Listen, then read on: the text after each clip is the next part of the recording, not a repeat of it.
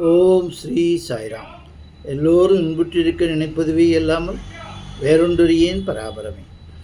நாம் இப்பொழுது ஸ்ரீ கருட புராணத்தில் பிரேதகாண்டம் வாசித்து கொண்டிருக்கிறோம்.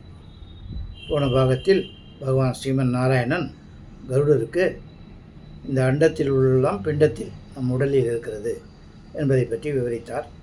அதில் காலிலிருந்து தலை வரைக்கும் என்னென்ன உலகம், அந்த 17-14 உலகம்னு சொல்கிறாங்க இல்லையா, அது எந்த உறுப்பு எந்த உலகம் அப்படிங்கிறதையும், நவக்கிரகங்கள் மற்றும் தேவர்கள் எந்தெந்த உறுப்பை ஆள்கிறார்கள் என்பதையும் எல்லாம் கூறியிருந்தார்.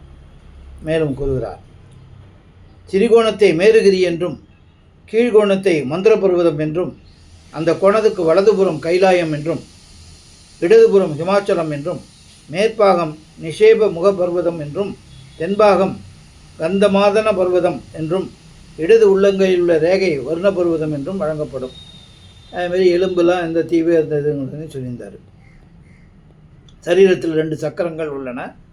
அவற்றில் நாத சக்கரத்திலும் சூரியனும், பிந்து சக்கரத்தில் சந்திரனும் நேத்திரங்களும், அங்காரகன், அதாவது கண்ணில் அங்காரகன், அந்த இதையும் சொன்னார். ஆகையால் தீர்க்க ஆயுளும் உயர்ந்த வித்தையும் போகமும் யோகமும் மற்ற யாவுமே மறு ஜென்மத்திலாவது ஒருங்கே அடைவதற்காவது ஒரு ஜீவன் நற்கர்மங்களை செய்ய வேண்டும். அது தவிர அவன் எப்படி இருப்பான், அவன் வாழ்க்கையில் என்னென்ன அனுபவிப்பான், எப்படி மரணம் உண்டாகும் அப்படிங்கிறதையும் போன பாகத்தில் சொன்னார். அதுக்கு மேலே தான் இப்போ சொல்கிறது. தீர்க்க ஆயுளும் உயர்ந்த வித்தையும் போகமும் யோகமும் மற்ற யாவுமே மறு ஜென்மத்திலாவது ஒருங்கே அடைவதற்காக. இந்த ஜென்மத்தில் தான் இப்படி போயிட்டோன்னு இந்த ஜென்மத்திலேயே இதெல்லாம் புரிஞ்சுக்கணும். அதுக்காக இதேமாரி கருட புராணம் மாரி புராணங்கள் மற்ற இதெல்லாம் பெரியவங்க சொல்லி கேட்டு இல்லை நம்மளே படித்து இதெல்லாம் தெரிஞ்சிட்டால் அதெல்லாம் இதுவாக இருக்கும். அப்போ இந்த ஜென்மத்திலேயாவது ஒரு இது நல்லா இருக்கணும் அப்படிங்கிறது, ஒரு ஜீவன் நற்கர்மங்களை செய்ய வேண்டும். நம்ம செய்கிற கர்மத்துக்கு தகுந்த மாதிரி தானே மறுபிறவி ஏற்படுது அப்படின்னு சொல்கிறாங்க. அப்போ கர்மங்களை செய்ய வேண்டும். அதுக்கு இதெல்லாம் தெரிஞ்சிருக்கணும். இப்படிலாம் பண்ணால் இப்படிலாம் ஆகும், அப்படிலாம் வந்தால் அப்படி ஆகும் அப்படிங்கிறது இதெல்லாம் புரிஞ்சால் தானே எது செஞ்சால் எது எப்படி சரியாக இருக்கும் அப்படிங்கிறதையும் தெரிஞ்சுக்கிட்டால் தான் நல்ல கதியை அடைய முடியும். அடுத்த ஜென்மத்திலான ஒரு நல்ல இதுவை அடையலாம். ஜீவன் தன் பூர்வ ஜென்மத்தில் செய்த கர்ம வினை பயனையே மறு ஜென்மத்தில் அடைகிறான் என்பதில் ஒரு சிறு சந்தேகமும் வேண்டியது பகவானே சொல்கிறார். கருடா, காசியபன் மைந்தனான உனக்கு இவை அனைத்தையும் உலக நன்மையை கருதி கூறினேன். கருடனுக்கு சொல்கிற மாதிரி, கருடனுக்கு கேட்குறதுக்கு சொல்கிற மாதிரி நம்மளுக்கு தான் சொல்கிறார். உலக நன்மை, நம்மளாம் நன்மை அடையணும், இதெல்லாம் கேட்டு எப்படி நடக்கணுமோ அப்படி நடக்கணும் அப்படிங்கிறது ஒரு கருணையினால் பகவான் ஸ்ரீமன் நாராயணன் கருடனுக்கு சொல்லுவது மாதிரி நம்மளுக்கும் சொல்கிறாரு அப்படிங்கிறத சொல்கிறார். இனி நீ கேட்க வேண்டியது ஏதாவது இருந்தால் அதையும் நீ கேட்கலாம், நான் அதற்கும் பதில் சொல்லுகிறேன் என்று திருவாய் மலர்ந்து அருளினார் ஸ்ரீமன் நாராயணன். யமன் அரண்மனை, சித்திரகுப்தன் மண்டபம், பாவ அவஸ்தைகள், இதை பற்றியெல்லாம் சொல்கிறார். கருடன் சிறிது யோசித்து விட்டு மணிவண்ணனை பார்த்து, பெருமானை தொழுது, சர்வ யாபியே, யமபுரி என்பது எங்குள்ளது, அந்த யமலோகத்துக்கு செல்லும் மார்க்கம் எப்படிப்பட்டது என்பதை மீண்டும் எனக்கு விளக்கமாக கூற வேண்டும். முன்னாடியே சொல்லியிருந்தார். இப்போ அவருக்கு சந்தேகம் வந்திருக்கு. மறுபடியும் இன்னொருத்தரை கேட்டு தெளிவு பண்ணுறதுக்காக மறுபடியும் கேட்குறார். திருமால் கருடனை நோக்கி கூறலானார், வைணதையா, யமபுரி மார்க்கத்தை பற்றி முன்னமே நான் கூறியிருக்கிறேன். மீண்டும் அதை பற்றி கேட்டதால் எஞ்சியவற்றை முன்னா சொல்லி சொன்னது இல்லாமல் சொல்லாதெல்லாம் இருக்கு இல்லையா, அதெல்லாம் எஞ்சியவற்றை இப்போது சொல்லுகிறேன், கேட்பாயா. யமபுரிக்கு செல்லும் வழியில் சிறு தூரம் வரை செம்பை உருக்கி வார்த்தால் போல கனல் காந்தி கொண்டிருக்கும்.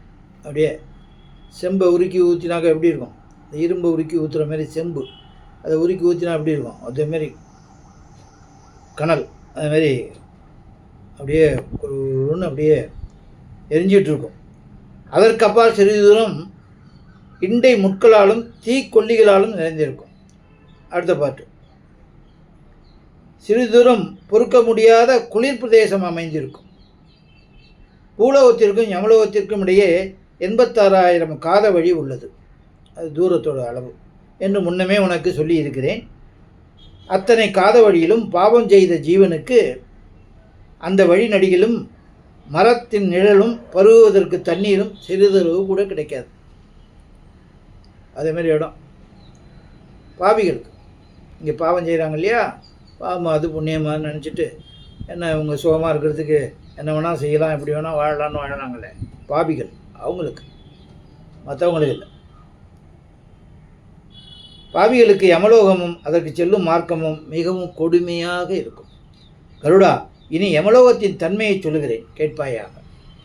தென் திசைக்கும் நிருதியின் திசைக்கும் நடும் மையத்தில் யமபுரியானது வஜ்ரமயமாயும் தேவர்கள் அசுரர்கள் ஆகிய இரு தரத்தாலும் சிதைக்கத்தகாததாகும். தேவராக இருந்தாலும் சரி, அசுராக இருந்தாலும் சரி, அதை அழிக்கவே முடியாது. அதேமாதிரி இடம் அமைந்திருக்கும்.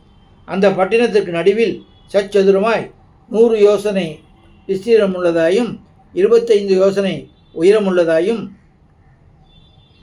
அநேகன் சாளரங்களை கொண்டதாயும் துகிர்கொடிகள், முத்துக்கோவைகள், தோரணங்கள் இவற்றால் அலங்கரிக்கப்பெற்றதாயும் சொர்ணமயமாயும் தங்கமயமாயும் யமதர்மராஜன் அரண்மனை அமைந்திருக்கும். அந்த அரண்மனையின் உள்ளே 10 யோசனை அகல நீளமுள்ள அநேகமாயிரம் வைரத்தாலான தூண்கள், இங்கெல்லாம் இருக்கு இல்லையா சிமெண்ட் பில்லர், அது வைரத்தாலானது, தூண்கள் நிறுத்திய மண்டபம் மாளிகையும் அமைந்திருக்கும். அங்கு சைத்திய சௌரப்பியமான மென் காற்று இயங்குவதாயும் எப்பொழுதும் ஆடலும் பாடலும் இடைவிடாமல் நிகழும் ஒரு திவ்ய மண்டபம் இருக்கும். நல்லா ஏசி மாரின்னு வச்சுங்களேன். நல்லா ஃபுல்லாக இந்த இது ஃபுல்லாக அது என்னமோ ஏசிங்கிறாங்களே, அது ஃபுல்லாக இருக்கு இல்லையா, சென்ட்ரலைஸ்டு ஏசி.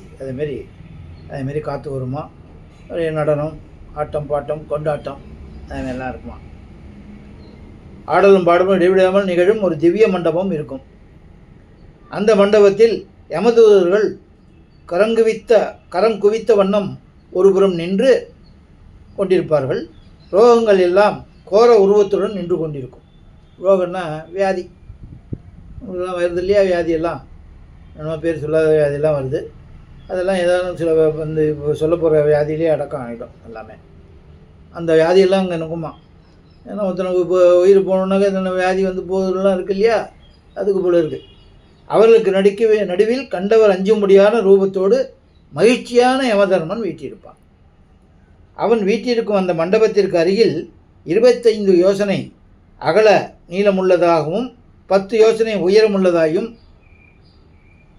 பலவித அலங்காரங்களால் அழகு செய்யப்பட்ட சித்திரகுப்தன், அவர் தானே அவருக்கு கணக்கெல்லாம் நம்ம கணக்கெல்லாம் எழுதி வச்சுருக்காரு இல்லையா, அக்கௌண்டன்ட் மாதிரி.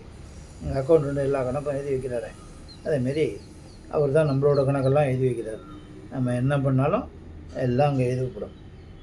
அந்த அரண்மனையை ஒரு திவ்ய மண்டபத்தில் சித்திரகுப்தன் வீட்டிருப்பார். அவன் சகல ஜீவன்களும் செய்யும் பாவ புண்ணியங்கள் ஒன்று கூட விடாமல் கணக்கு எழுதி கொண்டிருப்பான். அவன் எழுதும் கணக்கில் ஒரு சிறு பிழையும் உண்டாக மாட்டாது. இங்கே மாரி இல்லை, பண்ணி போய் கணக்கெல்லாம் எழுதி துட்டு அடிக்கிறது மால் பண்ணுறதெல்லாம் கிடையாது. அந்த சித்திரகுப்தனுடைய அரண்மனைக்கு கிழக்கு திசையில் ஜுரத்துக்கும், ஜுரம் வருது இல்லையா நம்மளுக்கு, அது தென் திசையில் சூளை நோயோடு வைசூரி நோய்க்கும், வயிற்று வலி வைசூரியன் வருது அம்மன்னு போட்டுது, அது அந்த நோய்க்கும், மேற்கு பக்கத்தில் கால பாசத்தோடு கூடிய அஜீரணத்துக்கும், அது இல்லையா அஜீரணம், ஜெலுசெல்லாம் குடிக்கிறப்ப அதேமாரி. வடக்கு பக்கத்தில் வயிற்று வலிக்கும், அது தனியாக செப்பரேட்டு. தென்கிழக்கில் மயக்கத்துக்கும், தென்மேற்கில் அதிசார நோய்க்கும், வடமேற்கில் ஜன்னிக்கும், ஜன்னி கண்டு போகுதுங்கிறாங்க இல்லையா ஜுரம், தனித்தனியே கிரகங்கள் அமைக்கப்பட்டிருக்கும். ஒவ்வொருத்தருக்கும் ஒரு வீடு. அவ்ரோகங்கள் யாவும் யமனுடைய உத்தரவை எதிர்பார்த்து கொண்டே அம்மனைகளில் வசித்து கொண்டிருக்கும். ஒவ்வொருத்தரும் வேறு வேலையாள் மாரி ஒவ்வொருத்தருக்கும் வீடு காட்டேஜ் யமன் கொடுத்துருக்காரு. அவனை போய் இது பிடிக்கணும் அது பிடிக்கணும்னு எல்லாம் முன்கூட்டியே எல்லாம் நம்மளுக்கு எழுதி வச்சுருக்கா. அப்படி பார்த்தாருனே போகிறோம், அவர் யாரை சொல்கிறாரு அப்படின்னு சொல்லிட்டு கரெக்டாக அங்கே நல்லா தானே பார்த்துட்டு இருந்தேன், திடீர்னு என்ன ஆச்சுன்னு தெரியாதுன்னு சொல்லிட்டு நம்ம புலம்புறமே, அது பிடிச்சிக்கும். கருடா, யமனுடைய அரண்மனைக்கு தென் திசையில் பாவம் செய்த சேதனர்களை யமகங்கர்கள் பற்பல விதமான ஹிம்சை செய்வார்கள். சில ஜீவர்களை உலக்கைகளால் நைய புடைப்பார்கள். சிலரை கூறிய கொடிய ஆயுதங்களால் சிதைக்கிறார்கள். சிலரை சூரிகையால் சீவுகிறார்கள். சிலரை செக்கிலிட்டு வதைக்கிறார்கள். சிலரை இரும்பு சலாகையில் கோர்த்து பெருந்தணலில் வாட்டுகிறார்கள். இந்த இதெல்லாம் ஏதோ கில்லுங்கிறாங்களே, இந்த இதை சாப்பிட்றவங்களா அதுமாரி போல இருக்குது.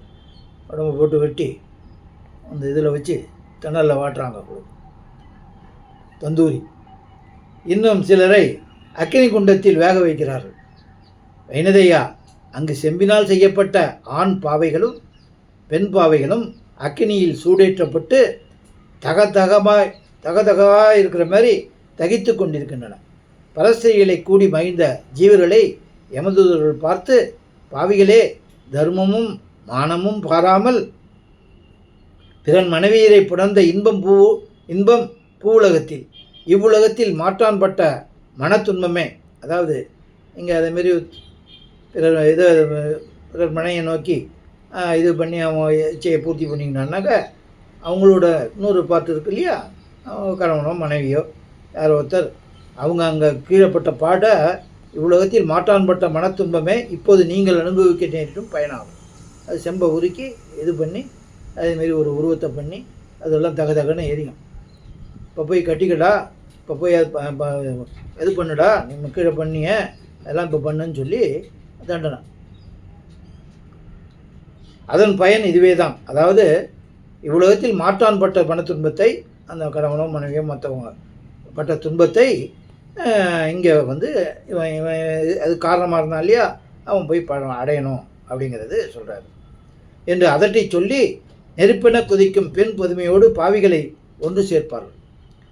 பரபுருஷரோடு சேர்ந்த மங்கையரை தயிக்கின்ற ஆண் புதுமையோடு அங்கனமே ஒன்று சேர்ப்பார்கள். இப்படி இங்கே பண்ணுற ஒவ்வொன்றுக்கும் பின்னால் தண்டனை இருக்குது அப்படிங்கிறத இதேமாரி கருட புராணமும் இதேமாரி மூலமாக நம்ம தெரிஞ்சுட்டு இருந்தால் இது நம்ம தவறெல்லாம் செய்ய மாட்டோம். அதுக்காக தான் இதெல்லாம் நம்ம படிக்கணும் அப்படின்னு சொல்லி பெரியவங்க இதெல்லாம் ஏற்படுத்தி வச்சுட்டு போயிருக்காங்க. அதுதான் நம்ம இப்போ பார்த்துட்ருக்கோம், இப்போ வாசிச்சிட்ருக்கோம், கேட்டுட்ருக்கோம். கேட்டு எப்படி வாழ வேண்டுமோ அப்படி வாழ்ந்து எல்லோரும் அக்கறை அடைய வேண்டும் என்று பகவானை பிரார்த்தித்து கொண்டு இந்த பாகத்தை முடிக்கிறோம். பிறகு பார்ப்போம். ஓம் ஜெய் சாய்ராம்.